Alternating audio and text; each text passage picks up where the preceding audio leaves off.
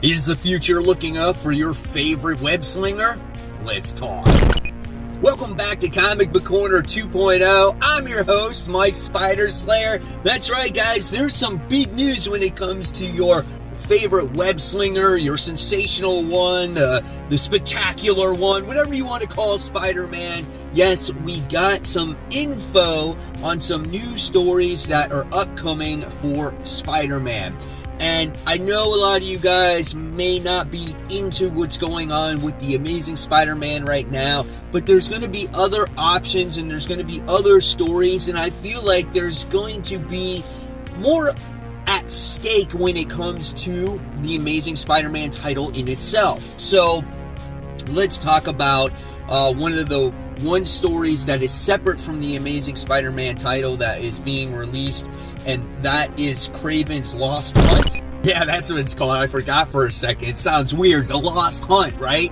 But yeah, we're going to get a story written by DeMatteis, who was the original writer of Kraven's Last Hunt, and this is going to explore the origin story of the character and go back to that time frame of, I guess, obviously why he was killing Spider-Man and what was going through his head and how he became so powerful. And I think this is going to be a 5-issue limited series. So if you love Kraven's Last Hunt, I definitely say, hey, go out, pick this 5-issue mini up. This is something that I think that you're going to enjoy. Now, for the younger readers out there that never read Kraven's The Last Hunt, go out there and buy that trade. Probably one of the best Spider-Man stories out there. It was one of my first Spider-Man stories that I read, but I was very young to appreciate it, but I knew it was good. It wasn't until I was much older where I read it and I really understood it and got the full effect from it. So really great book. Can't wait for that to come out. And let's move on. So the next thing that we're going to get is we are going to get the return of the Hobgoblin in the Amazing Spider-Man book. Now, this is what I already like about Zeb Wells' run when it comes to the Amazing Spider-Man. We're going to be getting different character and story arcs, and I don't know, I feel like we didn't get that as much in Nick Spencer's run, as it was so heavily focused on Kindred, especially for the longest time, right? So we're getting the return of the Hobgoblin. Who is the new Hobgoblin? I don't know. Have we been through this before? Yes, we have, but we have not seen the Hobgoblin character in quite some time. It wasn't since, I think, Dan Slott's run where he did the Hobgoblin character in there, and I think it was Kingsley's son. I don't remember 100% sure, but it's been quite a while. And that's going to be entertaining. I think that's going to start in issue 11 and then go into issue 13. And then what happens is it's going to have an effect on Norman Osborn. Now, very soon Peter is going to somewhat team up with Norman Osborn and get this new weird spider suit, and he's going to be working for him, and that's going to be something different. But I am intrigued. It's something that we really haven't seen before with Peter working with Norman on a regular basis, right? But based off of that Hobgoblin story arc, something dramatic is going to happen to Norman Osborn, and he's going to become, this sounds kind of weird, and you might not like it at first, but of course, guys, remember, we gotta give these things a chance, right? He's going to become the Gold Goblin.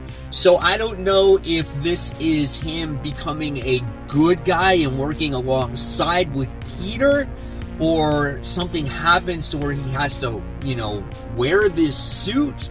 But this is a new status quo for the character, and I know people are probably going to be mad, like I said, right off the start.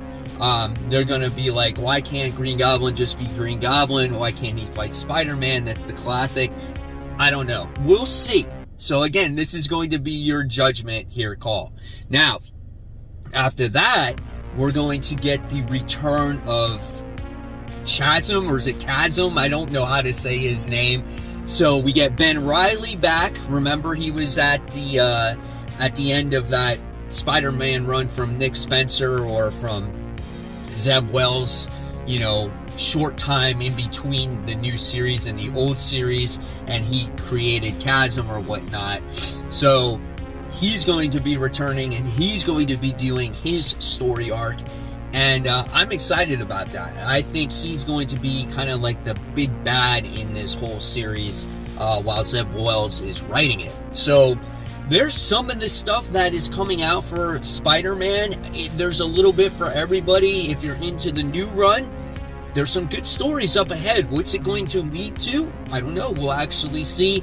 But if you're a classic Spider-Man fan and you want to know more about what happened with Kraven the Hunter, I think that's going to be a solid story as well. Plus, it's going to get you a little bit hyped up for the movie that's going to be coming out with Kraven the Hunter as well. So yeah, definitely some great Spider-Man news when it comes to the character.